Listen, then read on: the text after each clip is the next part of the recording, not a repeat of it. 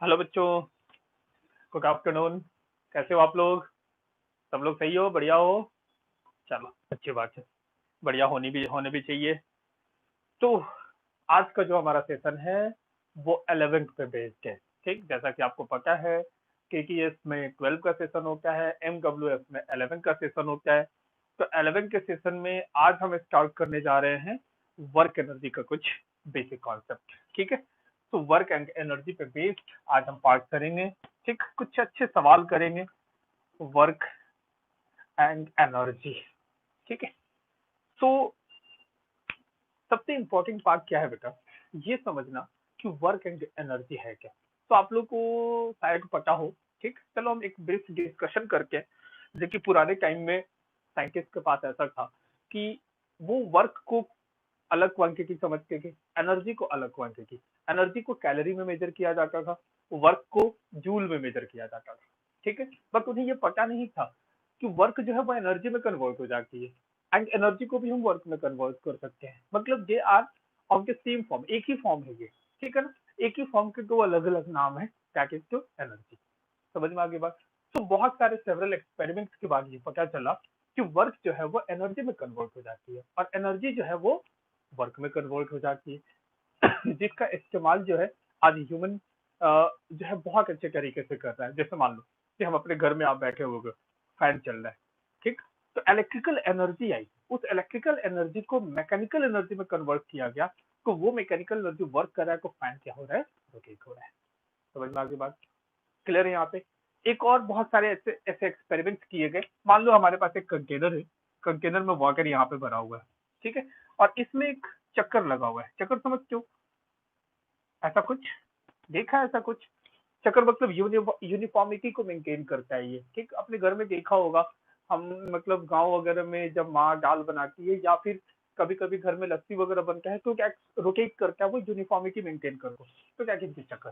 ठीक, और फिर साइंटिस्ट ने क्या किया, इसमें एक थर्मामीटर ऐसे लगा दिया, इस तरीके से थर्मामीटर, और इसको रोटेट किया। ठीक, इसको यूनिफॉर्म किया। तो मतलब हमने यहाँ पे काम किया, हमने जब वर्क किया तो देखा गया कि इस पानी की जो टेम्परेचर है वो बढ़ गई है, थर्मामीटर में राइज इन टेम्परेचर शो कर रहा है। तो अब ये दिमाग में खटका कि अरे भाई ऐसा कैसे हो गया, ना हमने इसको कहीं बाहर से एनर्जी मतलब गर्म किया है ना कुछ किया है, पर फिर भी इसका टेम्परेचर राइज कैसे हो गया। मतलब ये जो वर्क हमने किया है, तो बेसिकली हमने वर्क करने का मतलब क्या है, एनर्जी ट्रांसफर करना। तो हमने क्या किया, जो भी यहाँ पे घुमा रहे हैं उसने एनर्जी ट्रांसफर की, और उसी एनर्जी का कुछ पार्ट जो है यहाँ पे इसके एनर्जी को, जो वाटर है इसके एनर्जी को या टेम्परेचर को राइज करने में आया है। ठीक, तो temperature is basically measurement of heat energy. समझ में आ गया? मतलब जो काम किया हमने वो कहीं ना कहीं हीट एनर्जी के फॉर्म में कन्वर्ट हो गया। तब से ये बात चली एंड आफ्टर सेवरल एक्सपेरिमेंट ये बोला गया कि ये जो कैलोरी है वो बेसिकली 4.18 जूल के बराबर है। अप्रोक्सीमेट में इसको 4.2 जूल ले लेते हैं, दैट इज टू 1 कैलोरी। मतलब अब सिंपल सी बात हो गई कि जो देखो कैलोरी एनर्जी की यूनिट थी, जूल वर्क की यूनिट थी, और दोनों ये सेम है। इसका मतलब क्या है, work can be converted into energy and energy can be converted into work by using this relation, so this one is called the mechanical equivalent of heat। ठीक है ना, या एनर्जी सिंपली बोलो। समझ में आ गई बात? क्लियर है ना यहाँ पे? तो अब हम उसी टॉपिक को यहाँ पे डिस्कशन करने जा रहे हैं कि work and energy they are interconvertible. कैसे आप काम करते हो और वो एनर्जी में ट्रांसपोर्ट हो जाता है, कैसे कोई भी एनर्जी ट्रांसपोर्ट होती है तो वर्क में कन्वर्ट हो जाती है। जैसे पेट्रोल इंजन वगैरह आपने देखा है, उसमें करते क्या है कि स्पार्क के जरिए ऑयल्स जो क्या होता है, ड्रॉप बाय ड्रॉप वहां पे गिरता है, स्पार्किंग के चलते उसमें आग लगा के वो गर्म हो जाएगा पूरा कंटेनर। ठीक है, और गर्म होने के कारण वो जो हीट एनर्जी जो वो कन्वर्ट होती है मैकेनिकल वर्क में। समझ में आगे बात? या इसी को बोलते हैं कि मैकेनिकल एनर्जी में कन्वर्ट होती है, कि पिस्टन वो रोटेट करने लगता है जिससे हमारी व्हीकल ऑपरेट हो रही होती है, that is called heat engine. ठीक, ये सब पढ़ना है अपने को, आगे चल के पढ़ना है, पर फिलहाल तो मैं ये डिस्कशन कर रहा हूँ कि कैसे वर्क जो है एनर्जी में और एनर्जी जो है वो वर्क में कन्वर्ट हो जाता है। आखिर वो क्या रिलेशन है जिसके बेसिस पे हम लोग यहाँ डिस्कशन कर रहे हैं। ठीक है, तो एक बात और ध्यान में रखना कि जो वर्क नाम का जो टर्म हम यहाँ पे डिस्कशन करेंगे, ये वर्क नाम का जो टर्म होगा वो मैकेनिकल वर्क होगा। ठीक है, बहुत अलग अलग तरीके के वर्क हो सकते हैं। जैसे मान लो तो मैं इसको ऐसे धक्का दे रहा हूँ और लगातार 1 घंटे तक इसको धक्का दूं, तो क्या होगा, मेरी एनर्जी गायब हो जाएगी, मैं थक जाऊंगा। बट अगर फिजिक्स का लैंग्वेज में देखा जाए तो देखो, मैंने मेरे फोर्स अप्लाई करने से इस वॉल पे कोई इफेक्ट नहीं हुआ, वॉल जहां था वहीं का वहीं है। सो फिजिक्स बोलेगा कि भाई आपने कोई काम किया ही नहीं है। ठीक, तो क्या रियली में मैंने कोई काम नहीं किया है? और अगर रियली में काम नहीं किया है तो आखिर मैं थक क्यों रहा हूँ? जाहिर सी बात है, एक बहुत बड़ा सवाल है। तो वर्क जो है वो डिफरेंट है। हुआ क्या कि हमारी फोर्स अप्लाई करने से हमारी ब्लड प्रेशर जो चेंज होगी। ठीक, ब्लड का जो सर्कुलेशन हो गया काफी शार्प हो गया। तो इंटरनल दैट इज कॉल्ड के इंटरनल वर्क। समझ में आ गई बात? तो वो इंटरनल वर्क हो रहा है। ठीक, और इंटरनल वर्क होने के लिए ब्लड जो है ना सर्कुलेट हो रहा है हमारे चारों तरफ काफी हाई स्पीड से, और उस कारण से एनर्जी लूज हो रही है। ये this one is called mechanical work, जिसके बारे में डिस्कशन हमें फिजिक्स में करना है। बाकी अलग चीजें बाद में हम लोग डिस्कशन करके रहेंगे, that is the part of biology. ठीक, कि शरीर के अंदर में क्या हुआ, क्या इफेक्ट हुआ, हमारे हाथों में पेन क्यों होने लगा, that is the part of biology, वो बायोलॉजी डिस्कस करेगा। ठीक, हम सिर्फ यहाँ पे मैकेनिकल वर्क के बारे में डिस्कशन करेंगे। तो मैकेनिकल वर्क क्या होता है बेटा? बता दो। वो किसका मैकेनिकल वर्क याद करो, सब लोगों ने पढ़ा भी है कि मैकेनिकल वर्क को डिफाइन कैसे करते हैं। So mechanical work is basically defined as force multiplied by displacement along the force। आगे किसी को 9th क्लास में भी आपने पढ़ा था। ठीक, और जो बच्चे ड्रॉपर्स है वो अच्छे तरीके से जानते हैं। ठीक है, कि वर्क को हम लोग कैसे डिफाइन करके। तो यहाँ देखो, इसको मैं हटा रहा हूँ यहाँ से। So work is basically defined as, जो वर्क हम लोग डिफाइन करते हैं वो लिखते क्या है, that is equal to force multiplied by displacement along force. ठीक, या फिर हम इसको ऐसे भी लिख सकते हैं, displacement multiplied by force along displacement. दोनों में से कोई भी बात कहो, दोनों ही बिल्कुल सच है, कोई भी प्रॉब्लम नहीं है। क्लियर है यहाँ पे? तो अगर फोर्स है, जैसे मान लो कि ये फोर्स है, जैसे मान लो कि ये एक ऑब्जेक्ट है, यहाँ पे फोर्स लगा ये। ठीक, बट इसके कारण जो डिस्प्लेसमेंट हुई ये, इन दोनों के बीच का एंगल थीटा है। ठीक है, तो अगर पहले डेफिनेशन के अनुसार लिखे तो फोर्स मल्टीप्लाई में, देखो दोनों ही वेक्टर है ना, इसलिए मैंने यहाँ पे डिस्टेंस नहीं लिया, क्योंकि डिस्टेंस अलोंग द फोर्स ये बेकार की बात है, डिस्प्लेसमेंट अलोंग द फोर्स सही बात है।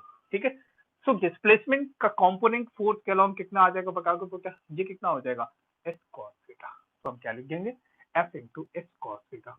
या फिर अगर इसको लिखा जाए, जैसे अगर जिस बच्चे ने इसको लिखा तो वो क्या लिखेगा, डिस्प्लेसमेंट जो कि एस है, फोर्स का कंपोनेंट यहाँ पर पेंडिकुलर ड्रॉप करो, फोर्स का ये कंपोनेंट कितना आ गया, एफ कॉस थीटा। तो क्या लिख देंगे, एफ कॉस थीटा। देखो तो ये दोनों एक ही बात है। तो कहीं ना कहीं हम वर्क को कैसे लिख रहे हैं, F S cos theta, S is your displacement force जो आप अप्लाई कर रहे हो। ठीक है, multiplied by theta is the angle between force and displacement. समझ में आ गई बात? तो इसी को हम लोग ऐसे लिखते हैं डॉट प्रोडक्ट के फॉर्म में, एफ डॉट एस। क्लियर है यहाँ पे? तो एफ डॉट एस का मतलब क्या है, F S cos theta. Clear? इतना बहुत ही सिंपल सा बात, आपको ये ध्यान में रखना है। अक्सर बच्चे क्या करते हैं कि वो लोग ये लिख देते हैं कि फोर्स मल्टीप्लाइड बाई डिस्प्लेसमेंट। ठीक, ये भी गलत है। Clear? Force multiplied by distance ये भी गलत है। इसलिए आप हमेशा क्या लिखोगे कि उस फोर्स का इफेक्ट जो डिस्प्लेसमेंट के अलोंग है, मतलब force along the displacement multiplied by the magnitude of displacement is called the work performed bye you. ठीक है, इतनी बात समझ में आ गई है? तो इसी के बेसिस पे अब जैसे देखो, ये एफ एस कॉस थीटा है, तो आपको पता है कि कॉस थीटा जो है जब तक पॉजिटिव होगा तब तक वर्क क्या होगा, पॉजिटिव होगा। मतलब आप काम कर रहे होगे तो आप काम जो मतलब जो फोर्स इसके ऊपर लग रहा है वो वर्क परफॉर्म कर रहा होगा, मतलब वो एनर्जी ट्रांसपोर्ट कर रहा होगा। और उस एनर्जी मतलब एनर्जी ट्रांसपोर्ट का मतलब वो एनर्जी दे रहा होगा। हम जब वर्क करेंगे तो हम थकेंगे, इसका मतलब हमने एनर्जी लूज की है। तो जब हमने एनर्जी वो लूज की है तो वो एनर्जी गई कहाँ, तो वो डेफिनेटली बॉडी के दो चीजों में कन्वर्ट हो सकती है, या तो उसका शेप खराब करके या फिर उसमें काइनेटिक एनर्जी प्रोवाइड करके। ठीक है, तो शेप के कारण जो एनर्जी नेचर में होता है उसको बोलते हैं पोटेंशियल एनर्जी, और बॉडी के मोशंस के कारण जो एनर्जी नेचर में होता है that is called the kinetic energy. समझ में आ गई बात? क्लियर है ना यहाँ पे? ठीक, मतलब आप जब तक ये cos थीटा पॉजिटिव होगा, मतलब फोर्स और डिस्प्लेसमेंट के बीच का एंगल जब तक तुम्हारा पॉजिटिव रहेगा, क्लियर, तब तक जो वर्क है वो पॉजिटिव होगा। कॉस थीटा जिस समय नेगेटिव हो जाएगा, work is also negative. Cos theta जब जीरो हो जाएगा, इसका मतलब वर्क इज जीरो। तो सवाल है कॉस थीटा जीरो कब होता है? थीटा इक्वल टू 90 डिग्री, मतलब जब फोर्स डिस्प्लेसमेंट के परपेंडिकुलर डायरेक्शन में हो तो कोई वर्क नहीं करता। इसको लेके आपने ऑलरेडी बहुत सारा डिस्कशन 9 क्लास में किया है कि कोई कूली अपने सर पे रख के कोई भी सामान लेके जा रहा है तो वो कितना मैकेनिकल, याद रखना मैकेनिकल वर्क की बात कर रहे हैं हम, तो कितना मैकेनिकल वर्क परफॉर्म कर रहा है? तो कुछ भी नहीं। क्यों? क्योंकि उसकी सर जो है उसके ऊपर फोर्स एक नॉर्मल ऊपर की तरफ अप्लाई कर रही होगी और वो फोर्स डिस्प्लेसमेंट के परपेंडिकुलर है, क्योंकि हम चल को इस तरफ रहे हैं। समझ में आ गई बात? और फोर्स ऊपर लग रहा है तो दोनों के बीच का एंगल कितना है? 90। तो there is no work performed by that normal force on the body. क्यों? क्योंकि वो डिस्प्लेसमेंट के परपेंडिकुलर है। मतलब जो भी फोर्स डिस्प्लेसमेंट के परपेंडिकुलर होगा वो कोई भी वर्क परफॉर्म नहीं करेगा। इतनी बातें बिल्कुल क्लियर हो जानी चाहिए आपको। क्लियर है यहाँ पे? तो वर्क कॉस पॉजिटिव कब होगा बेटा? जब एंगल 0 से 90 हो जाए। क्लियर? हम 0 से 180 के बीच में ही बात कर रहे हैं, ठीक है? 180 से 360 के बीच में डिस्कशन नहीं कर रहे हम लोग, ठीक? आपको जरूरत हो तो आप कर लेना, कोई प्रॉब्लम नहीं है। तो कॉस थीटा पॉजिटिव कब होता है? जब वो फर्स्ट क्वाड्रेंट में हो, मतलब एंगल जब 0 से 90 डिग्री के बीच में हो। समझ में आ गई बात? क्लियर? कॉस थीटा नेगेटिव कब होगा? जब एंगल 90 डिग्री से 180 के बीच में हो। तो वैसे केस में वर्क परफॉर्म इज नेगेटिव और इस केस में वर्क परफॉर्म इज पॉजिटिव। समझ में आ गया? और जब एंगल 90 हो तो वर्क इज 0। क्लियर?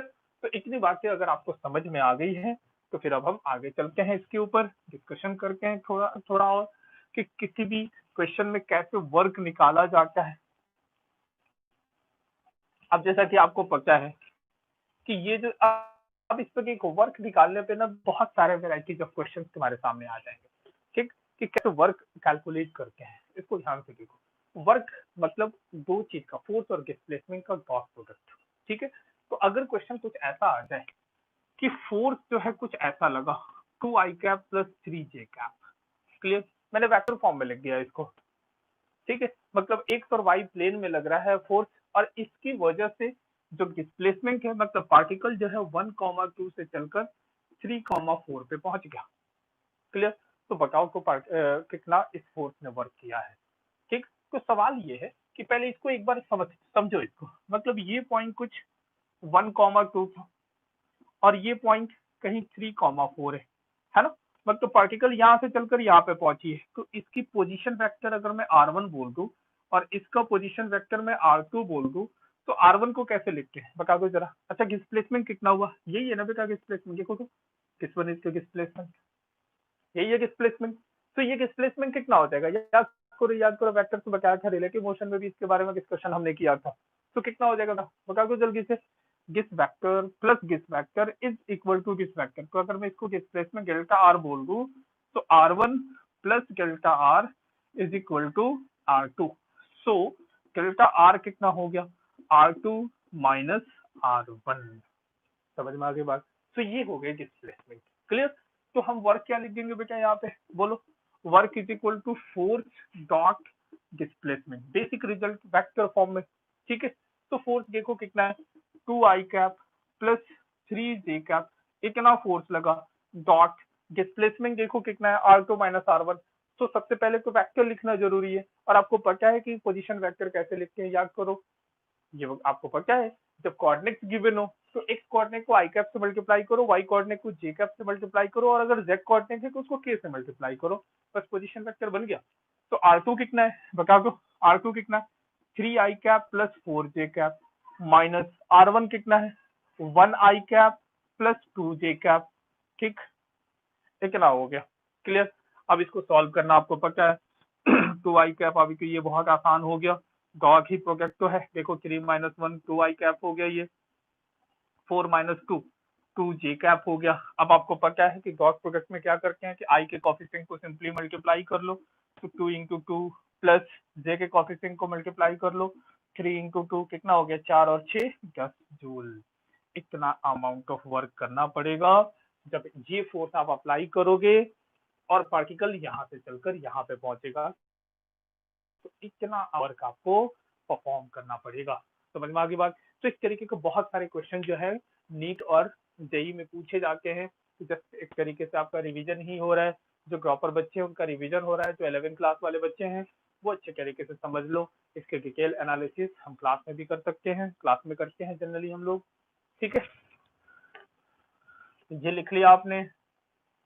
अब जैसे देखो अनदर वेराइटीज ऑफ क्वेश्चन पे चलते हैं हम लोग, कि मान लो कि इसी में बहुत सारा चेंजेस करके, बहुत सारी चेंजेस इसमें की जा सकती है कि आ, मान लो कि कुछ ऐसा है कि फोर्स, जैसे मान लो एज्यूम करो कि ये एक इंक्लाइन प्लेन है, ये angle of inclination theta given है, इसका मास m गिवन है। क्लियर है। और ये जो पार्टिकल है, ये क्वेश्चन कह रहा है कि ये कांस्टेंट वेलोसिटी से मूव कर रहा है, फ्रिक्शन कोएफिशिएंट म्यू है, कांस्टेंट वेलोसिटी से v इक्वल टू कांस्टेंट, ये नीचे की तरफ देता है। So how much work is performed by gravitational force and how much work is performed by frictional force, how much work is performed by normal force। क्योंकि यार तीन फोर्सेस लग रहे हैं, जब वो पार्टिकल नीचे की तरफ आ रहा होगा तो तीन फोर्सेस लग रहे होंगे, तीनों के कारण कितना वर्क हो रहा है ये कैलकुलेट करो। तो सबसे पहले वर्क निकालने से पहले हम बकायदा उन फोर्स के डायरेक्शन को समझ ले। क्लियर।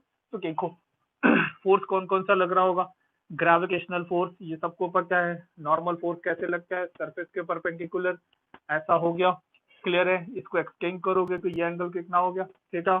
क्लियर। जब ये नीचे की तरफ जा रहा होगा तो इस पे फ्रिक्शन फोर्स लग रहा होगा, क्या इस फ्रिक्शन को म्यू इनटू एन लिख दूं मैं, बोलो बोलो। ये म्यू जो है ये बस बेवकूफ बनाने के लिए दिया गया है, किसी काम का नहीं है वो। क्यों? क्योंकि देखो यहाँ पे क्या कह रहा है क्वेश्चन, ये कह रहा है कि फ्रिक्शन जो है वो, सॉरी वेलोसिटी जो है वो कांस्टेंट है। वेलोसिटी कांस्टेंट मतलब एक्सेलरेशन जीरो, तो फ्रिक्शन उतना ही होगा जितना इस डायरेक्शन में mg का कंपोनेंट होगा। तो याद है इस डायरेक्शन में mg का कंपोनेंट कितना होता है, mg sin ऑफ थीटा, और इस डायरेक्शन में mg cos थीटा। मतलब mg को दो पार्ट में आपने ब्रेक कर दिया, एक ये और एक ये देखो ये डिस्प्लेसमेंट किस तरफ हो रहा है, इस डायरेक्शन में। तो मान लो कि ये वाली हाइट जो है वो गिवन है h है, और ये पार्टिकल यहाँ से चलकर यहाँ पे पहुंचा है, तो आपको वर्क निकालना है। समझ में आ गई बात। क्लियर। तो क्या हम इसे निकाल सकते हैं, इसे देखो कि ये जो ट्रायंगल था हमारा, इस ट्रायंगल में ये वाली हाइट h है, ये एंगल थीटा है, तो ये कितना हो जाएगा, ये वाली लेंथ कितनी हो जाएगी, निकाल सकते हो। बहुत डिफिकल्ट तो है नहीं, बहुत आसान है। तो क्या लिख देंगे हम लोग, साइन ऑफ थीटा। तो sine of theta is equal to perpendicular divided by, मान लो कि ये एक्स है, एक्स, तो एक्स देखो कितना आ गया, एच कॉस थीटा, कितना आ गया हमारा। क्लियर। मतलब ये वाली लेंथ हमें पता चल गई। ठीक। अब सोचो डिस्प्लेसमेंट किस डायरेक्शन में है, ये फोर्स और ये फोर्स परपेंडिकुलर है, तो वर्क डन बाई नॉर्मल कितना हो गया, zero. Work done by mg cos theta कितना आ गया, ये भी zero. Work done by mg sin theta कितना आ जाएगा, बता दो जल्दी से। फोर्स कितना है, mg sin theta multiplied by इसके अलाउंग डिस्प्लेसमेंट x, ये रहा x, प्लेस करके ना सॉल्व कर लेना इसे। Clear. Work done by friction कितना आ जाएगा, तो जैसा कि आपको पता है कि वेलोसिटी इसका कांस्टेंट है, तो वेलोसिटी कांस्टेंट कब होगी, जब नेट फोर्स इस पे जीरो होगा। नेट फोर्स जीरो कब होगा, जब mg sin थीटा के बराबर फ्रिक्शन हो जाए, तो फ्रिक्शन इतना ही रह गया। ठीक है। तो वर्क डन बाई फ्रिक्शन कितना आ जाएगा, देखो फ्रिक्शन मल्टीप्लाइड बाई डिस्प्लेसमेंट, देखो पार्टिकल यहाँ से चलकर यहाँ तक पहुंची है, लेकिन डिस्प्लेसमेंट किस तरफ है, फ्रिक्शन ऊपर की तरफ है। सो वर्क कितना हो जाएगा, देखो यहाँ पे कि ये एंगल कितना हो गया 180 डिग्री, तो that is equal to minus of mg sine of theta multiplied by X. Clear. यहाँ पे समझ में आ गई बात, इतनी बात तो आ गई। तो टोटल वर्क कितना हो गया बता दो तो जितने भी फोर्सेस लग रहे हैं सबके कारण, इसकी वजह से जीरो, इसकी वजह से जीरो, इसकी वजह से mg sin theta into X, इसकी वजह से minus mg sin theta into X, तो टोटल वर्क कितना आ जाएगा, सबको सम करोगे तो that is equal to zero. समझ में आ गया। और आखिर जीरो क्यों हुआ, ये भी सोचने वाली बात है, क्योंकि वेलोसिटी चेंज नहीं हुआ, मतलब पूरा का पूरा फोर्स मिलकर भी कोई एनर्जी ट्रांसपोर्ट नहीं कर पाया। समझ में आ गई बात। क्यों, क्योंकि सारे फोर्सेस एक दूसरे को बैलेंस कर रहे थे। तो नेट फोर्स जो है इसके ऊपर नाम का कोई चीज है ही नहीं। तो जब नेट फोर्स इसके ऊपर नहीं है, इसका मतलब क्या है कि जो यहाँ पे डिस्प्लेसमेंट, जो भी यहाँ पे एक्सेलरेशन होनी चाहिए कि वो ना हो, कि देखो वेलोसिटी कांस्टेंट है ना, मतलब इसने इसको बैलेंस कर दिया, इसने इसको बैलेंस कर दिया, कहानी खत्म। ठीक, नेट फोर्स है ही नहीं तो काय को वर्क होगा यहाँ पे, देख लो ना, इसलिए कोई भी वर्क यहाँ पे नहीं हुआ है। क्लियर, नोट कर लो, अच्छा सवाल है ये।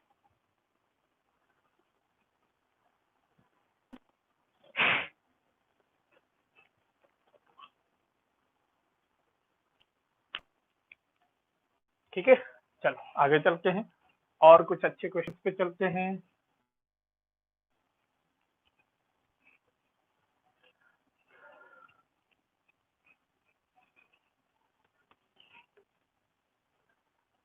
अब जैसे देखो बच्चे यहाँ पे, तो ये कुछ चलो एक एग्जाम्पल था एक और अच्छा एग्जाम्पल लेते हैं। मान लो कि एक ऑब्जेक्ट है, इस ऑब्जेक्ट के ऊपर एक फोर्स लगा इस डायरेक्शन में, और इस फोर्स का जो इफेक्ट है ये किसी थीटा एंगल पे, ये जो डिस्प्लेसमेंट है वो ऐसे है। ठीक है, क्वेश्चन ये कह रहा है कि सर इसकी फ्रिक्शन कोएफिशिएंट म्यू गिवन है। ठीक, फोर्स जो है ये अननोन है, ये हमें पता नहीं है इसकी वैल्यू। मतलब क्वेश्चन ये है कि फोर्स, इतना फोर्स हमने अप्लाई किया कि ये ऑब्जेक्ट के कांस्टेंट वेलोसिटी के साथ आगे मूव करने लगा।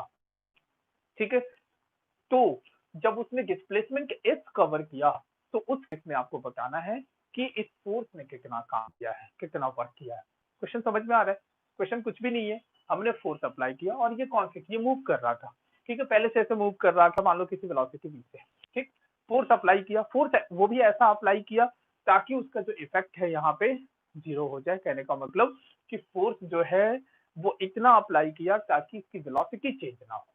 ठीक, मतलब जितने भी फोर्सेज यहाँ पे लग रहा है, ध्यान से सोचने वाली बात है, जितना भी यहाँ पे फोर्स लग रहा है उन सब का नेट इफेक्ट क्या होगा, जीरो। तभी तो वेलोसिटी कांस्टेंट रह गई। समझ में आ गई बात? इतनी बातें दिमाग में आपके तुरंत क्लिक कर जानी चाहिए। सिंस वेलोसिटी इज कांस्टेंट मतलब all the forces cancel each other. ठीक है, समझ में आ गया। लेकिन ये अननोन फोर्स है, तो पहले को हमें को निकालना है वर्क डन बाई फोर्स। और फोर्स के कारण वर्क तभी निकालोगे जब इस फोर्स की वैल्यू पता हो। तो पहला काम, हम उस फोर्स की वैल्यू को कैलकुलेट करते हैं। तो देखो, तो एफ का ये कंपोनेंट कितना आ जाएगा, देखो तो यहाँ पे एफ कॉस थीटा, और अपवर्ड डायरेक्शन में कंपोनेंट कितना आ जाएगा, एफ साइन ऑफ थीटा, ये आपको पता है। क्लियर यहाँ पे?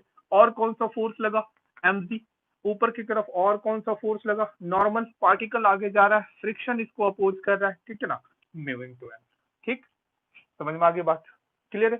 देखो मैंने इसको इसके बराबर क्यों नहीं बोला, अभी लिखूंगा, बराबर को लिखूंगा ही। कारण ये है क्योंकि फोर्स हमें पता ही नहीं था, और पिछले केस में हमें फोर्स पता था mg sin थीटा, इसलिए मैंने फ्रिक्शन को डायरेक्टली mg sin थीटा लिख दिया था। तो इस पर क्योंकि वेलोसिटी जीरो है, तो जितना फोर्स ऊपर उतना नीचे, तो ऊपर कितना फोर्स लग रहा है, f sin theta plus normal is equal to mg। तो नॉर्मल आ गया हमारा mg minus f sin of theta, ये नॉर्मल की वैल्यू निकल गई। ठीक, एक्स डायरेक्शन में देखो, f cos थीटा जो है वो किसके बराबर है, म्यू इंटू एन, एन मैं यहाँ से चिपका रहा हूँ, mg minus f sin of theta. Clear हो गया? तो इसको इधर लेकर आओ, तो f कितना आ गया, f कितना आ गया, म्यू mg डिवाइडेड बाय कितना आ जाएगा, cos theta plus mu sin of theta. जी आ गया फोर्स की वैल्यू। मतलब जब हम इतना फोर्स अप्लाई करेंगे तभी जाकर ये बॉडी कांस्टेंट वेलोसिटी से मूव कर रही होगी। समझ में आ गई बात? ठीक है, मतलब पहले जो मूव कर रही थी फ्रिक्शन के कारण उसकी वेलोसिटी घट रही होगी।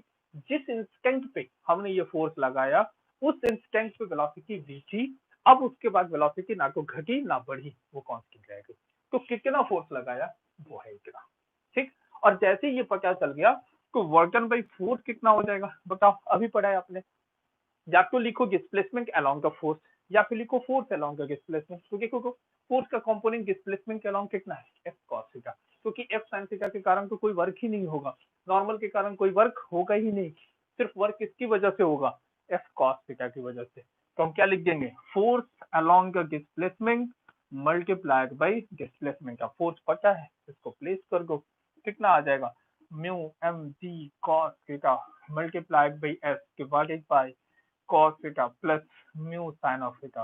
क्लियर है? ये आ गया work done by force. Clear है यहाँ पे? समझ में आ गया?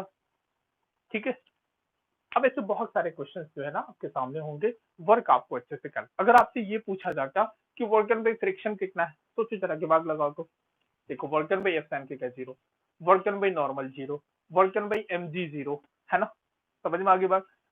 और वेलोसिटी कांस्टेंट मतलब आपने कुछ एनर्जी सप्लाई की नहीं ताकि उसकी वेलोसिटी चेंज हो सके, मतलब जितना वर्क आपने किया होगा उतना ही वर्क नेगेटिव साइन के साथ फ्रिक्शन ने कर दिया होगा, माइनस। समझ में आ गई बात ना, क्लियर है बेटा। अगर इतनी बात आपको समझ में आ गई तो क्वेश्चन सॉल्व हो गया, अब इसमें कुछ है ही नहीं। ठीक है, तो बस हो गया। वर्क डन बाय फ्रिक्शन क्या लिख लोगे, newtons N friction multiplied by displacement S into दोनों के बीच का एंगल cos x और c, क्योंकि पार्टिकल के को पॉजिटिव एक्स में जा रहा है, फ्रिक्शन नेगेटिव एक्स में लग रहा है, तो cos 180 इज -1। ठीक है, अब क्वेश्चन सॉल्व कर लो, हो गया।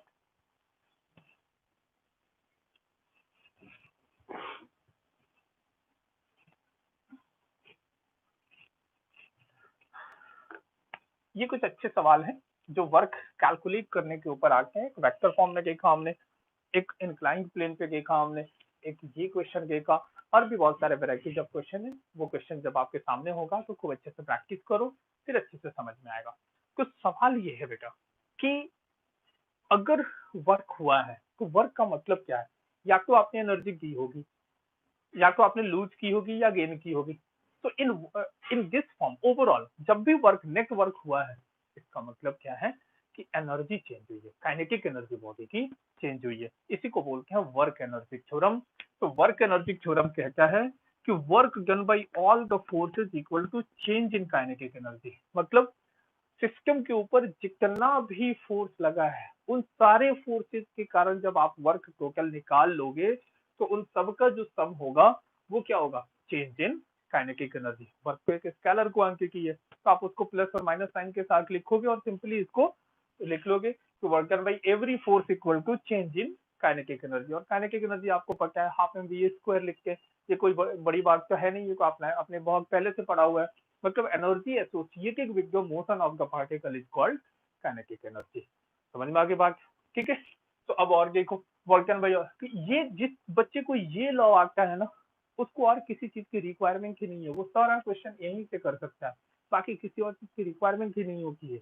ठीक है, अब जैसे मान लो तो बहुत सारे क्वेश्चन इसके ऊपर है, मतलब बहुत सारे वेराइटीज ऑफ क्वेश्चन जो है ना इसके ऊपर बन सकते हैं। जैसे एग्जांपल कि अगर ये एक ऑब्जेक्ट है, सोचो जरा, ये ऑब्जेक्ट मान लो, देखो काइनेमेटिक्स में भी ये सवाल किया, अब मैं इससे भी करके आपको दिखा रहा हूँ कि इसको v इक्वल टू 0 से मतलब रेस्ट से इसको छोड़ा, ये h हाइट नीचे आया, बताओ इस जगह पे पहुंचने हिट करने से पहले जस्ट बिफोर द हिटिंग इसकी वेलोसिटी क्या थी। ये क्वेश्चन हमसे पूछ लिया गया। ठीक है, सो कैसे निकालेंगे, आपको पता है कि जब भी सिस्टम को हमने छोड़ दिया, अब छोड़ने और यहाँ हिट करने से पहले पूरे के पूरे जब ऊपर से नीचे आ रहा होगा तो सिर्फ एक ही फोर्स लग रही होगी, वो कौन सा है, अर्थ अप्लाई कर रही है। तो वो फोर्स देखो यहाँ पे कहाँ पे लग रहा है, मान लो कि ये बीच का कोई भी एक इंस्टेंट ले ले, तो वो फोर्स कौन सा है, mg, और mg की वजह से वो यहाँ से यहाँ आया। ठीक है, तो अब देखो ध्यान से, अब mg के कारण देखो को फोर्स किधर लग रहा है, डाउनवर्ड, डिस्प्लेसमेंट कहाँ से कहाँ तक, वो ये रहा यहाँ से इस डायरेक्शन में, देखो फोर्स और डिस्प्लेसमेंट सेम डायरेक्शन में है ना। तो हम क्या लिख लेंगे कि work done by all the forces equal to change in kinetic energy. Work energy theorem हमने अप्लाई कर लिया। अब वर्क डन बाय सिर्फ ग्रेविटेशनल फोर्स है और कोई फोर्स तो है नहीं यहाँ पे। चेंज इन काइनेटिक एनर्जी का मतलब फाइनल माइनस इनिशियल, और इनिशियल 0 है, क्यों, क्योंकि आपने रेस्ट से छोड़ा था। क्लियर। अब देखो वर्क डन बाय ग्रेविटी क्या होता है, बताओ वर्क क्या होता है, force multiplied by displacement along the force. और खुशकिस्मती हमारी है कि जिधर फोर्स लग रहा है डिस्प्लेसमेंट भी उसी डायरेक्शन में, तो फोर्स कितना है mg, डिस्प्लेसमेंट कितना है h, दोनों के बीच का एंगल कितना है 0 डिग्री, तो cos 0 1 होता है, तो मैं लिख नहीं रहा, is equal to final kinetic energy half m v square. तो देखो v कितना आ गया 2gh।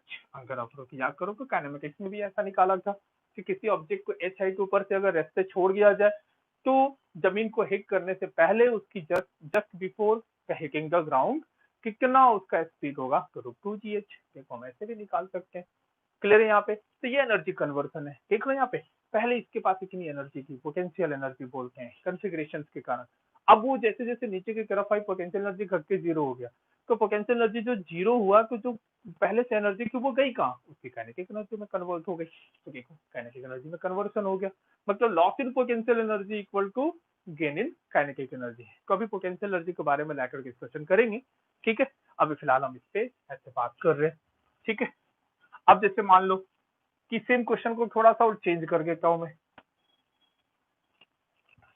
कि अगर बोला जाए कि एक ऑब्जेक्ट है, इसको यू स्पीड से ऊपर फेंक दिया, बताओ कितना ऊपर जाएगा? याद होगा आप लोगों को, यू स्क्वायर बाई 2g आता है ना, हम इससे सॉल्व करके देखते हैं। तो क्या देखेंगे, ये मान लो कि हाइट h है, तो डिस्प्लेसमेंट किधर हुआ? ऊपर की तरफ, है ना। और बीच के किसी एक इंस्टेंट पे अगर देखो तो ग्रेविटेशन फोर्स किधर होगा? डाउनवर्ड। तो work done by all the forces equal to change in kinetic energy. अब कौन कौन सा फोर्स लगा फेंकने के बाद और यहाँ पहुंचने तक? कौन सा फोर्स लगा? तो सिर्फ अर्थ अप्लाई कर रही है, तो क्या हो गया? Work done by gravitation is equal to final kinetic energy minus initial kinetic energy. तो ग्रेविटेशन ने कितना वर्क किया? देखो फोर्स क्या करे? डाउनवर्ड। लेकिन डिस्प्लेसमेंट क्या करे? ऊपर। तो दोनों अपोजिट डायरेक्शन में, वर्क नेगेटिव होगा। ठीक, तो minus minus force multiplied by displacement. Minus क्यों आया? क्योंकि force multiplied by displacement multiplied by cos 180। Cos 180 कितना होता है? -1। ठीक है, इसी कारण से मैंने लिखा है। देखो यहाँ पे पहुंच गया, मैक्सिमम हाइट पूछी गई, तो वहां वेलोसिटी 0 होगी, तो ये कितना आ जाएगा? 0 माइनस इनिशियल काइनेटिक एनर्जी देखो half M U square. Clear, minus ने माइनस को गायब कर दिया, एम ने एम को गायब कर दिया, तो देखो ये कितना आ गया? You square by 2g। इतना हाइट वो कवर करेगा। ठीक, दिस वन इसका मैक्सिमम हाइट। समझ में आ गई बात? क्लियर है? और इस पे थोड़ा सा क्विज करते हैं, क्वेश्चन को ध्यान से देखते चलो। अभी लिख लिया ये, देखो बहुत सिंपल सिंपल से सवाल है। ठीक, अभी मैं कुछ भी आपको नहीं बता रहा कि एनर्जी क्या है, ये सब के बारे में कुछ भी ना, सिर्फ वर्क एनर्जी थ्योरम को यूज करके सारे क्वेश्चंस को सॉल्व करने की कोशिश कर रहे हैं। ठीक है, अब देखो, अब जैसे मान लो, अब इस क्वेश्चन को हम ऐसे कुछ करते हैं कि अज्यूम करो ऐसा कुछ, एक इस तरीके का सरफेस है, स्मूथ सरफेस। यहाँ पे एक ऑब्जेक्ट को मैंने यहाँ पे रेस्ट से छोड़ दिया, ये जो हाइट है वो h। ठीक है, ये पूरा का पूरा जो क्रैक है ये स्मूथ है, मतलब फ्रिक्शन नाम का कोई चीज यहाँ पे है नहीं। ठीक है, तो आपसे पूछा गया कि जब ये ऑब्जेक्ट ऐसे ऐसे इसके ऊपर लुढ़कते हुए ऐसे यहाँ पे पहुंचेगा, तो यहाँ पे जब पहुंचा ये ऑब्जेक्ट, बताओ इसकी वेलोसिटी क्या होगी? ये क्वेश्चन पूछा गया। ठीक है, तो हमेशा ध्यान रखना बेटा, कभी भी इनिशियल और फाइनल कंडीशन को देख के फोर्सेस के बारे में डिस्कशन नहीं करना। बीच का कोई एक इंटरमीडिएट स्टेट इसलिए बोला जाता है कि इंटरमीडिएट स्टेट में हम लोग यहाँ पे डिस्कशन करेंगे। तो ये को पता हो गया कि स्मूथ सरफेस है, ये पूरा सरफेस क्या है? स्मूथ। तो मैं बीच का कोई भी एक इंस्टेंट यहाँ पे चूज करता हूँ। अब एक बार चेक करो, इस ऑब्जेक्ट के ऊपर कितना फोर्स लग रहा होगा? इसका मास m है। सोचो, एक जो क्रैक के ऊपर जो चिपका हुआ है, उसने इसके ऊपर एक नॉर्मल फोर्स अप्लाई किया होगा, that is perpendicular to the surface. एक ग्रेविटेशन फोर्स, क्योंकि यहाँ फ्रिक्शन नाम की कोई चीज है नहीं। ठीक है, तो फ्रिक्शन है नहीं, तो सोचो जरा हुआ क्या? अच्छा, वर्क डन बाई नॉर्मल क्या हो जाएगा? देखो, नॉर्मल हमेशा सरफेस के परपेंडिकुलर होगा, और इंस्टेंटेनियस डिस्प्लेसमेंट किधर होगी? हमेशा टेंजेंट की तरफ। ठीक, तो ये वाली जो एंगल है हमेशा 90 है। तो जब फोर्स डिस्प्लेसमेंट के परपेंडिकुलर हो जाए, तो इसका मतलब वर्क कितना होगा? 0। ठीक, तो work done by normal is always 0। मतलब पूरी कहानी में सिर्फ और सिर्फ ग्रेविटेशन फोर्स काम कर रहा है, मतलब फोर्स क्योंकि अर्थ जो है वही काम कर रही है, जिसकी वजह से ये यहाँ से चलकर यहाँ तक पहुंचा है। तो हम क्या लिख लेंगे वर्क एनर्जी थ्योरम, कि work done by all the forces equal to change in kinetic energy. अब work done by all the forces में एक अकेला फोर्स तो ग्रेविटेशन ही रह गया, is equal to change in kinetic energy. तो final kinetic energy minus initial तो 0 ही था, देखो रेस्पेक्ट था तो काइनेटिक एनर्जी 0, फाइनल v है। काइनेटिक एनर्जी स्केलर क्वांटिटी है, उसको डायरेक्शन से कोई लेना देना नहीं होता, उसको सिर्फ स्पीड से लेना देना होता है, उस बॉडी के मास से देना होता है। अब ये मत समझना कि इधर को कहीं स्पीड इस डायरेक्शन में होगा, इधर को इस डायरेक्शन में वेलोसिटी हो गई, तो भाई काइनेटिक एनर्जी को अलग लिखनी चाहिए, ऐसा नहीं। काइनेटिक एनर्जी सिर्फ स्केलर क्वांटिटी है, एनर्जी स्केलर क्वांटिटी है, उसको डायरेक्शन से कोई लेना देना नहीं होगा, या तो वो पॉजिटिव होगा या नेगेटिव होगा। ठीक, और काइनेटिक एनर्जी कभी नेगेटिव हो नहीं सकती। समझ में आ गई बात? क्यों? क्योंकि v का स्क्वायर है, और स्पीड कभी नेगेटिव नहीं होता, मास कभी नेगेटिव नहीं होता, इसलिए कभी भी काइनेटिक एनर्जी नेगेटिव हो नहीं सकती। समझ में आ गई बात? तो आगे देखो, वर्क डन बाई ग्रेविटेशन कितना आ गया? Half M V square. अच्छा, ग्रेविटेशन ने कितना काम किया? देखो डिस्प्लेसमेंट कितना हुआ, यहाँ से चलकर ऑब्जेक्ट यहाँ पे पहुंचा है, ये है पूरी डिस्प्लेसमेंट। डिस्प्लेसमेंट ऐसे ही लिखते हैं ना बेटा, इनिशियल को फाइनल पोजिशन को मैच करने वाली। तो ध्यान से देखो, अभी जो वर्क का जो डेफिनेशन आपने पढ़ा था उसको सोचो, वर्क क्या था, force multiplied by displacement along the force.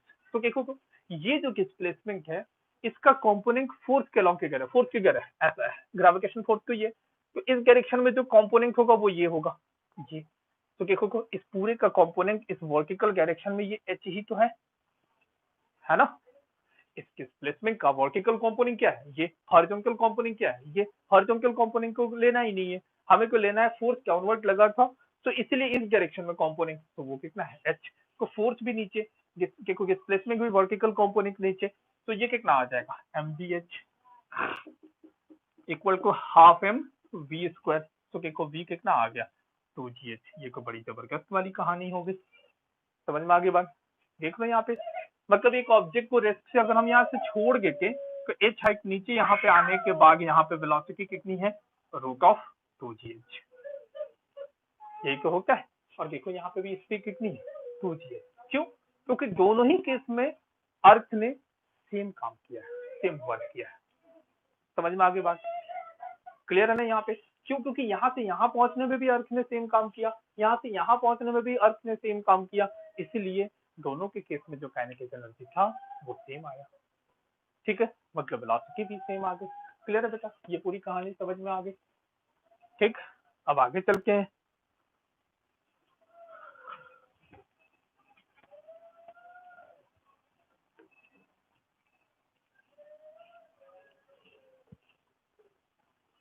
अब यहाँ पे देखो, और चलो और थोड़े से अच्छे सवाल पे आते हैं।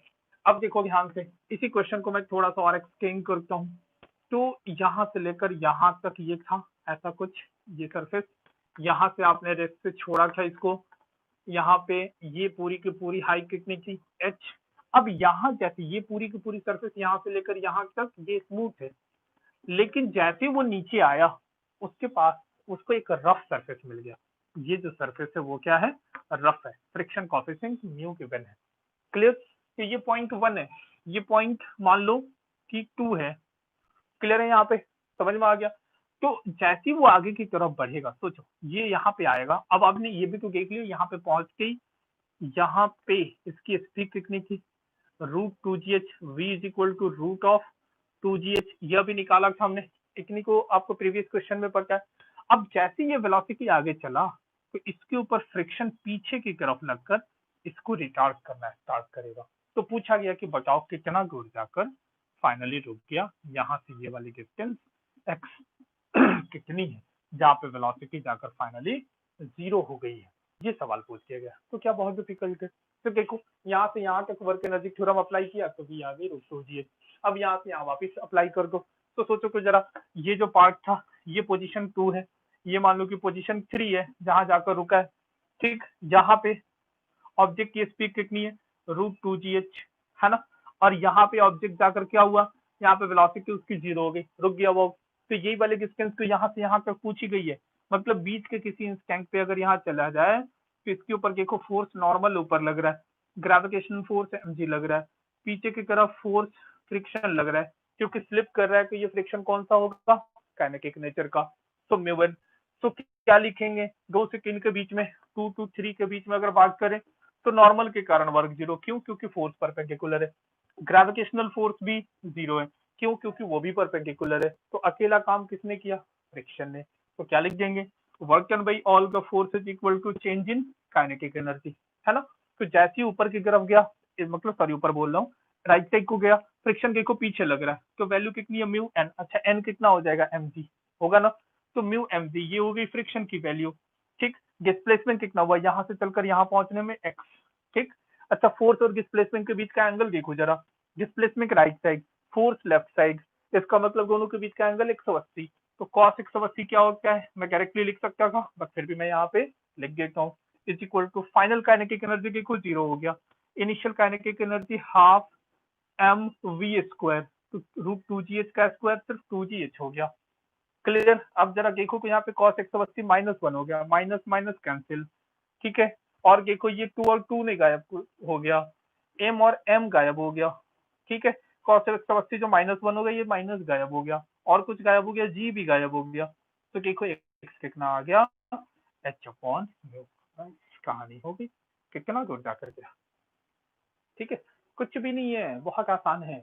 ठीक, अब एक बच्चा चाहे इसको तो काइनेमेटिक्स से सॉल्व कर ले, क्या फर्क पड़ क्या, देखो फ्रिक्शन पीछे लगा है तो एक्सेलरेशन कितना आ जाएगा, माइनस म्यू एन, एन कितना है एम जी के भागित बाई एम, है ना। माइनस क्यों लिखा, क्योंकि ये वेलोसिटी का अपोजिट डायरेक्शन में, ये रिटार्डेशन है, इसलिए एक्सेलरेशन को मैंने माइनस लिख दिया। ये कितना आ गया, माइनस म्यू जी, समझ में आ गया। इतनी एक्सेलरेशन है, फाइनल वेलोसिटी जीरो, इनिशियल पर क्या है, डिस्प्लेसमेंट कितनी होगी, एक्सेलरेशन देखो कांस्टेंट है, तो हम लिख सकते हैं V square equal to U square plus two S, final velocity zero, U कितना है रूट टू जी इसका स्क्वायर, कितना आ गया माइनस टू, एक्सेलरेशन कितना है म्यू जी एक्स, तो देखो एक्स आ गया एच अपॉन में। आप चाहो तो ऐसे कर लो, आप चाहो तो ऐसे कर लो, ठीक है, क्योंकि हम वर्क एनर्जी पढ़ रहे हैं इसलिए मैंने पहले ये बता दिया, आप चाहो तो वैसे भी कर सकते हो, कोई बड़ी प्रॉब्लम नहीं है। ठीक है, आपको आप इंटेलिजेंट हो गए हो, ठीक, आपको आपको सब कुछ आता है, हर क्वेश्चन को सॉर्ट आउट करना आप समझ जाओगे कि कैसे करना है। जरूरी थोड़ी है कि एक ही प्रोसेस हो हमारे पास, मल्टीपल तरीके से हम सॉल्व कर सकते हैं इसे। चलो आगे चलते हैं अब यहाँ से, ठीक है, और क्वेश्चंस लेते हैं इसके ऊपर। समझ जाओ मतलब किस तरीके से लिख रहे हैं ना, वो सब कुछ आपको आना चाहिए। आप जैसे देखो यहाँ पे, मान लो कि ऐसा कुछ रास्ता है, ऐसा कुछ, ठीक है, खतरनाक सा रास्ता, मतलब यहाँ से चलकर यहाँ तक आप पहुंच रहे हो, ठीक है। मैं मान लेता हूँ इसका हाइट कैपिटल एच है, ये स्मॉल एच है। एक ऑब्जेक्ट को यहाँ से रेस्ट से छोड़ दिया गया, ये सरफेस पूरा का पूरा स्मूथ सरफेस है, तो आपसे क्वेश्चन पूछा गया ये देखो ऐसे गिरेगा, रेस्ट से चुकेगा, ऐसे गिरते हुए यहाँ पे पहुंचा, ठीक, बताओ यहाँ पे वेलोसिटी कितनी। देखो क्वेश्चन क्वेश्चन बहुत ध्यान से देखना, हुआ क्या, यहाँ से रेस्ट से छोड़ा तो देखो यहाँ पे मतलब एक ऐसा मानो कि एक ऐसा बहुत ही स्मॉल सा ऐसे बस झटका सा किया हमने, इतना कि इसकी वेलोसिटी ऑलमोस्ट जीरो है, तो इसको जीरो मान लो, ठीक। ये नीचे की तरफ गिरना स्टार्ट हो, गिर क्या गया, एनर्जी बढ़ती गई, स्पीड बढ़ती गई मैक्सिमम स्पीड, फिर ऊपर की तरफ गया, धसने लगी इससे घटके घटके घटके घटके, कुछ स्पीड यहाँ पे रह गई, ठीक, समझ में आ गई बात, तो कितनी स्पीड रह गई, यही सवाल हमसे पूछा गया। तो बताओ इस पूरे के पूरे कंडीशन में कहीं भी अगर हो, मान लो कि इस बीच वाले सिचुएशन में यहाँ पे आ जाओ, तो नॉर्मल देखो इधर, और कौन सा फोर्स, ग्रेविटेशन, तो फोर्स कौन लग रहा है, दो ही को लग रहे हैं, नॉर्मल और एमजी, और नॉर्मल तो हर टाइम सरफेस के परपेंडिकुलर है, मतलब इंस्टैंटेनियस जो डिस्प्लेसमेंट का डायरेक्शन है जो कि कैंटिंग के अलोंग होता है उसके हमेशा परपेंडिकुलर है। इसका मतलब वर्क डन बाई नॉर्मल क्या होगा, जीरो, समझ में आ गई बात। तो अकेला फोर्स बेचारा अर्थ ही अप्लाई कर रहा है जिसकी वजह से ये नीचे भी गिरा और ऊपर भी चला गया, ठीक है। तो हुआ क्या, तो मैं लिखूंगा work done by all the forces equal to change in kinetic energy, सीधा पोजीशन 1 से लेके 3 तक। तो अब सोचो जरा 1 से 3 के बीच में डिस्प्लेसमेंट कौन सी है, ये वाली, ये है ना डिस्प्लेसमेंट, ठीक है।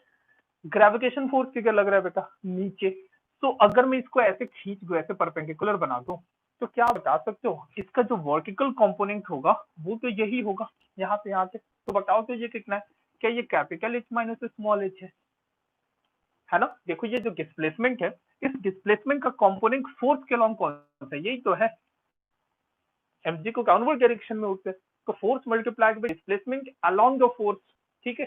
तो देखो का फोर्स कितना है mg, displacement along the force कितना है h minus h, final kinetic energy कितनी है half M V square, initial देखो रेस्ट से छोड़ा था तो वी देखो कितना आ गया 2g capital h minus small h, इतनी वेलोसिटी होगी वहां पे। देखो एक बार अगर ढंग से ऑब्जर्व कर लिया आपने, वर्क अगर आपको सही से निकालना आता है, ठीक है, तो देखो सारा क्वेश्चन हम सॉल्व कर पा रहे हैं, ठीक। ऐसा क्या कोई बहुत डिफिकल्ट सा चीज है, ऐसी कोई नई, कोई भी ऐसी चीजें जो मैं रॉकेट साइंस टाइप का बता रहा हूँ जो कि आपके समझ से परे हो क्या जा रहा है, बहुत मेहनत करनी पड़ रही है, ऐसा कुछ भी नहीं है। बेसिकली सारा गेम वर्क निकालने पे है, तो जिस बच्चे ने वर्क सही तरीके से निकालना सीखा है या वर्क सही तरीके से आप निकाल पा रहे हो, तो बस कहानी को सब कुछ आसान है, देख रहे हो ना कितनी आसानी से सॉल्व हो रही है, ठीक। और क्वेश्चन करोगे, चलो और करते हैं इसके ऊपर, ठीक।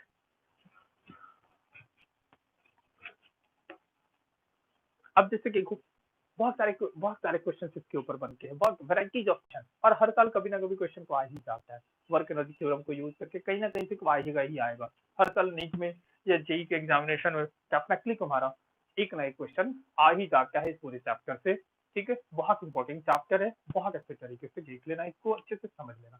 तो क्या ये वर्क निकालना आपको आ गया है, कुछ और क्वेश्चन के देखें और भी कुछ क्वेश्चन, बोलो बोलो। चलो ठीक है, आप बोल रहे हो हाँ, तो चलो ठीक है, बिल्कुल चलते हैं इस पे और क्वेश्चन देखते हैं। अब जैसे देखो, वर्क एनर्जी पावर में तो हमने यहाँ पे देख लिया ये सब कुछ, ठीक है। अब सवाल ये है कि किस तरीके से वर्क हो रहा है, कैसे वर्क एनर्जी थ्योरम को यूज कर रहे हैं, ये आप सीख रहे हो। अब जैसे देखो, मान लो कि ये स्फीयर है, ठीक, ये स्फीयर रेस्ट पे है, ये मूव नहीं कर सकता, ये यहाँ पे ऐसे रेस्ट पे है, ठीक। इसके सर पे एक ऑब्जेक्ट यहाँ रखा हुआ है, ये रेस्ट पे है, ठीक। ये स्मूथ स्फीयर है, स्मूथ एंड फिक्स्ड, ये मूव नहीं कर सकता, ठीक है। तो क्वेश्चन ये पूछा गया है, थोड़ा अच्छा क्वेश्चन करते हैं, थोड़ा बढ़िया क्वेश्चन, कि इसको एक स्मॉल सा झटका दिया गया, बस इतना कि इसकी वेलोसिटी जो है ना बस स्लाइटली चेंज हो, बस जस्ट ये स्लिप करना स्टार्ट करे, ठीक है। तो आपसे क्वेश्चन पूछा गया है कि वो जगह बताओ जिस जगह पे पार्टिकल ने इस सरफेस से, ये जो स्फीयर जो देख रहे हो, इसका कांटेक्ट ब्रेक हो गया है उस ऑब्जेक्ट से, मतलब किस जगह पे इसके साथ उस सरफेस का कांटेक्ट ब्रेक हो जाए। तो सोचो कि जरा तुरंत दिमाग में तुम्हारी ये बात आनी चाहिए, भाई कांटेक्ट ब्रेक मतलब अब जब दो सरफेस कांटेक्ट में नहीं है तो ना ही फ्रिक्शन ना ही नॉर्मल, समझ में आ गई बात, क्योंकि फ्रिक्शन नाम का चीज यार था ही नहीं, क्योंकि स्मूथ है ये, ठीक। तो फ्रिक्शन को बोल ही जाओ, तो नॉर्मल क्या हो गया, जीरो। मतलब एक पोजीशन आपको ऐसी ढूंढनी है जिस पोजीशन पे नॉर्मल फोर्स जीरो हो जाए, ठीक। जैसे ये बात आपके दिमाग में आया, मान लो तुम यहाँ पे, इसकी जो रेडियस है वो आर गिवन है, ठीक है। जैसे वो यहाँ पे आया, ठीक, इसकी कुछ वेलोसिटी इस डायरेक्शन में होगी v, ये रहा, ये रहा नॉर्मल फोर्स इस डायरेक्शन में, है ना। मान लो कि अभी अभी नॉर्मल को इक्वेशन लिखते वक्त उसमें मैं जीरो कर दूंगा, फिलहाल मैं देख रहा हूँ वैसे, ये नॉर्मल है, ये क्या है, ग्रेविटेशनल फोर्स, ये नॉर्मल फोर्स और ये ग्रेविटेशनल फोर्स, ठीक है। यही दो को फोर्स लग रहे होंगे बेटा इसके ऊपर, और कोई फोर्स तो लगेगा नहीं इसके ऊपर। अब और देखो ध्यान से, मान लो कि यहाँ से थीटा एंगल पे जाकर ये सारा काम होगा, ठीक। तो अगर ये एंगल थीटा, तो ये एंगल भी थीटा रहा होगा, तो mg का ये कॉम्पोनेंट कितना आ जाएगा बेटा, ध्यान से देखो, mg cos थीटा, और इस डायरेक्शन में mg का ये कॉम्पोनेंट कितना आ जाएगा, mg sin ऑफ थीटा। बहुत ध्यान से समझना इसको, ठीक है। तो अब एक चीज बताओ कि ये जो पॉइंट है यहाँ पे जस्ट कॉन्टैक्ट ब्रेक होने वाला है, ब्रेक होने से जस्ट पहले हम बात कर रहे हैं, ठीक। तो यहाँ पे आपको याद है सर्कुलर मोशन का कॉन्सेप्ट, कि जो नेट फोर्स होना चाहिए, जो टोटल फोर्स वो सेंटर की तरफ होना चाहिए, मतलब कोई भी बॉडी अगर एक सर्कल में घूम रही है तो उसकी एक्सेलेरेशन हमेशा सेंटर की तरफ होगी। इसको क्या बोलते हैं हम लोग, सेंट्रीपिटल एक्सेलेरेशन, जिसकी वैल्यू कितनी होती है, v स्क्वायर बाई आर। तो इस पोजीशन पे न्यूटन का सेकंड लॉ अगर मैं लिख दूं, sum of all the force equal to mass time acceleration, यही होता है ना न्यूटन का सेकंड लॉ ऑफ मोशन, ठीक है। तो यहाँ पे देखो को आपको याद है एक्सेलरेशन की तरफ वाले फोर्स को हम प्लस लिखते थे, उसके अपोजिट फोर्स को माइनस लिखते थे, लॉ ऑफ मोशन में देखा था हम लोगों ने, क्लियर है यहाँ पे। तो एक्सेलरेशन की तरफ फोर्स कौन सा, देखो को mg cos थीटा, तो क्या लिखेंगे, mg cos थीटा, उसके अपोजिट फोर्स कौन सा है, normal, minus N is equal to M, acceleration के क्या हो जाएगा, वहां पे जो स्पीड है v स्क्वायर के बाई, क्लियर है। ये इक्वेशन अपन लिख सकते हैं यहाँ पे, ठीक। ये सर्कुलर मोशन का कॉन्सेप्ट हो गया, मतलब कोई भी पार्टिकल अगर सर्कल में घूम रही है तो नेट फोर्स जो है ना हमेशा सेंटर की तरफ होनी चाहिए, ठीक है। समझ में आ गई बात, एंटिक की तरफ भी हो सकता है, बट सेंटर की तरफ तो होनी ही चाहिए किसी भी हालत में, ठीक। तो जो फोर्स एक सेंटर की तरफ होगा उस प्लस में लिखना, जो उसके अपोजिट होगा उसको माइनस में लिखना, क्लियर। तो मैंने यहाँ पे लिख दिया। अब अगर मैं बोलूं कि ये वो जो पॉइंट है जहां पे कॉन्टैक्ट ब्रेक हुआ है, तो यहाँ नॉर्मल को हम क्या कर देंगे, जीरो, ठीक। लिख, छोड़ो इतना डायलॉग कौन लिखे, बात तो समझ में आ गई है ना। तो नॉर्मल को मैं यहाँ पे जीरो कर रहा हूँ, मतलब mg cos theta is equal to mv square upon r, normal को जीरो कर दिया क्योंकि कैंसिल हो, तो v square equal to G R cos theta, ठीक। यहाँ पे दो वेरिएबल है, एक तो पहले हमें स्पीड नहीं पता था और एंगल नहीं पता, तो एक ही इक्वेशन है हमारे पास, ये को बहुत नाइंसाफी है, ठीक। जब दो अननोन है, एंगल और v, तो इसका मतलब कि आपको दो इक्वेशन चाहिए। एक इक्वेशन को आपने चलो सर्कुलर मोशन से लिख लिया, एक इक्वेशन अब हम लोग वर्क एनर्जी थ्योरम से लिखते हैं। तो वर्क एनर्जी थ्योरम क्या क्या क्या बेटा, कि work done by all the force is equal to change in kinetic energy. देखो तो कौन कौन सा फोर्स लग रहा है, नॉर्मल एंड ग्रेविटेशनल फोर्स। समझ में आ गई बात। नॉर्मल के कारण वर्क तो हर हालत में जीरो होना है क्योंकि वो डिस्प्लेसमेंट के परपेंडिकुलर है। तो ग्रेविटेशन फोर्स के कारण वर्क हुआ ये, क्योंकि जरा देखो ये कैसे चलकर आया, ये यहाँ से चलकर ऐसे आया है ना, कहीं इस जगह पे कॉन्टैक्ट ब्रेक हुआ है। तो देखो यहाँ पे कहीं भी हो ग्रेविटेशन फोर्स तो डाउनवर्ड डायरेक्शन में होगा। सो ये वाली जो डिस्प्लेसमेंट है इसका वर्टिकल कंपोनेंट यही हो जाएगा ना जो फोर्स के अलाउंग है, ये वाली हमें निकालनी है। यहाँ से एक परपेंडिकुलर इसके ऊपर ड्रॉप कर दो तो देखो ये रेडियस है ना, ये एंगल कितना है, तो ये वाली लेंथ कितनी हो जाएगी, आर कॉस थीटा हो जाएगा। क्लियर। तो ये वाली लेंथ कितनी हो जाएगी, ये पूरा रेडियस था तो R minus R cos theta. मतलब जब पार्टिकल यहाँ से चलकर यहाँ पे आया तो जो वर्टिकल डिस्प्लेसमेंट है वो ये देख रहा हो ना, this one is the vertical displacement. Clear. उसकी वैल्यू कितनी है, इतनी। तो work done by gravitational force कितना हो गया, एम जी इंटू इस डायरेक्शन में displacement R minus R cos theta, ये हो गया work done by all force equal to change in kinetic energy. तो देखो यहाँ काइनेटिक एनर्जी कितनी है, half M V square minus initial तो जीरो था। ठीक है। तो देखो यहाँ पे वी स्क्वायर अगेन आ गया, सॉरी आगे तो लिखा है वी स्क्वायर और क्या आ जाएगा एम कैंसिल हो गया, 2GR1 माइनस कॉस थीटा। ये दूसरा इक्वेशन। बस ये जो दो इक्वेशन बच्चों ने आप लोगों ने लिख लिया तो फिर कोई इक्वेशन आसानी से सॉल्व हो गया। अब देखो इस वी स्क्वायर की वैल्यू को यहाँ डाल दो, ठीक है, इन दोनों को आपस में कंपेयर कर लो। ठीक, तो कितना आ जाएगा, GR cos theta is equal to 2GR1 minus cos theta. तो GR और GR ने एक दूसरे को गायब कर दिया। तो देखो को cos theta is equal to 2 minus 2 cos theta, इसको इधर लेकर आओ तो 3 cos theta is equal to 2, मतलब cos theta is equal to 2/3। It means theta equal to cos inverse 2/3। ठीक, यही तो निकालना था हमें, कितने एंगल पे वो कांटेक्ट ब्रेक करेगा, वो ये रहा। और जहां ब्रेक करेगा अगर मान लो गलती से उसने स्पीड पूछ दी होती तो क्या करेंगे, इस cos थीटा की वैल्यू को उठाकर इसमें डाल दोगे तो v कितना आ जाएगा बताओ तो, v is equal to root of G R into 2/3, तो 2GR/3। ठीक है, जहां पे कांटेक्ट ब्रेक करेगा वहां इतनी स्पीड होगी और इतने एंगल पे theta equal to cos inverse 2/3, इतने एंगल पे कांटेक्ट ब्रेक हो रहा होगा। देखो एक अच्छा क्वेश्चन है, एक बढ़िया सवाल है जिसको हमने एक सुंदर तरीके से किया है। देखो ना यहाँ पे, अच्छा लगा ये क्वेश्चन, ये बढ़िया सवाल है। ठीक है, नोट कर लो इसको अच्छे से।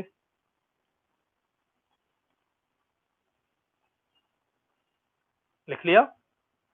ठीक, अब देखो, अब जैसे मान लो कि इसमें बहुत सारे सवाल ना इस तरीके के अच्छे अच्छे सवाल बनते हैं, तो देख रहे हो ना अल्टीमेटली हम लोग कर क्या रहे हैं, वर्क निकालना सीख रहे हैं। वर्क अगर निकालना आ गया हमें तो बस तो पूरे चैप्टर में यही कहानी है कि वर्क निकालते कैसे है। समझ में आ गई बात।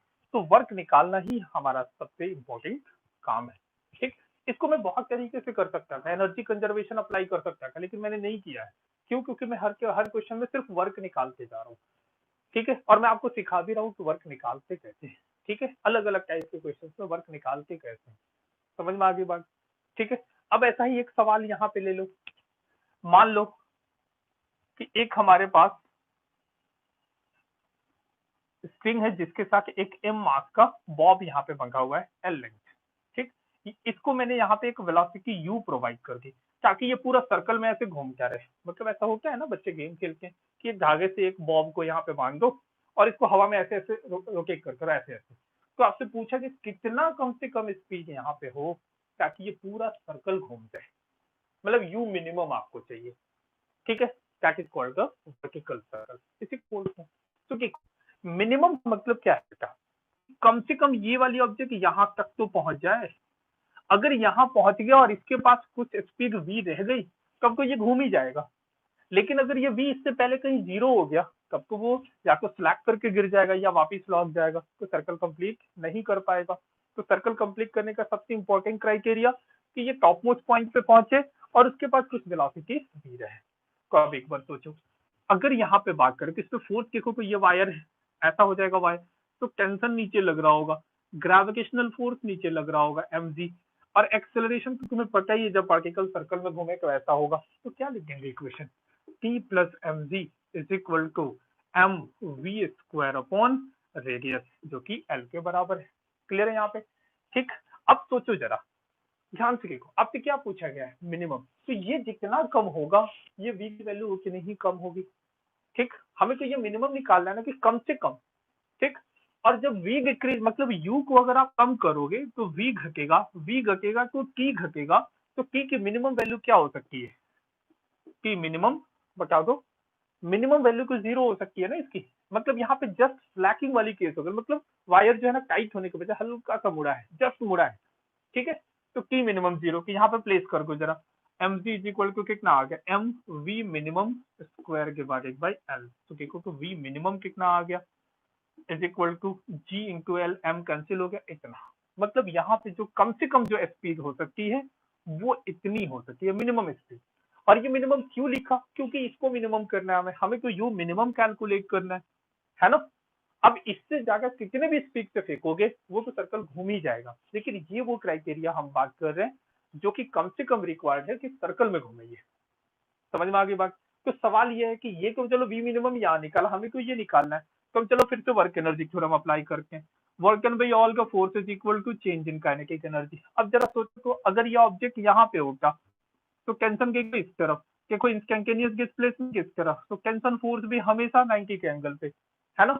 तो वर्क एन बाई टेंशन क्या आ गया, 0। ये तो पता हो गया, मतलब यहाँ से चलकर यहाँ तक पार्टिकल जो गया तो वो डिस्प्लेसमेंट ये हो गई, और ग्रेविटेशन फोर्स डाउनवर्ड लगा है। ठीक, तो वर्क डन बाई ग्रेविटेशन कितना हो गया, माइनस एम जी इंटू यहाँ से यहाँ तक की हाइट कितनी है 12।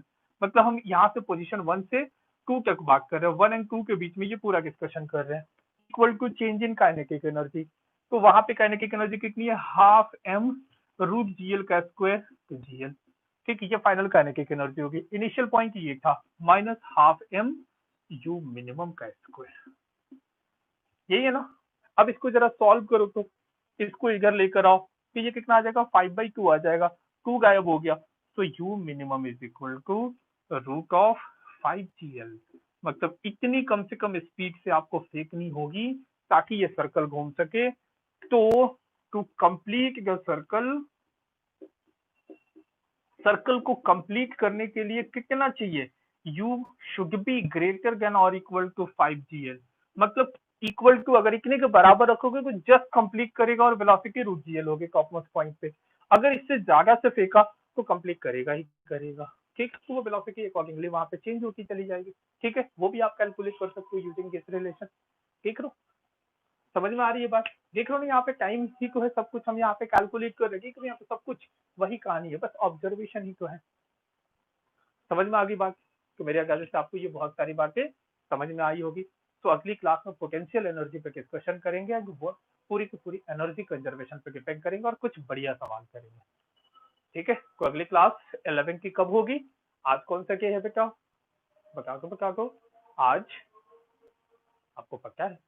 अब जो क्लास होगी डे आफ्टर टुमारो 11 की होगी, कल जो क्लास होगी वो 12 की होगी। ठीक है, तो कल मिलते हैं आप लोगों से फिर से। ओके, 12 के सेक्शन के साथ। आप लोग अपना ध्यान दें, रखिए, चलिए, टेक केयर, बाय बाय।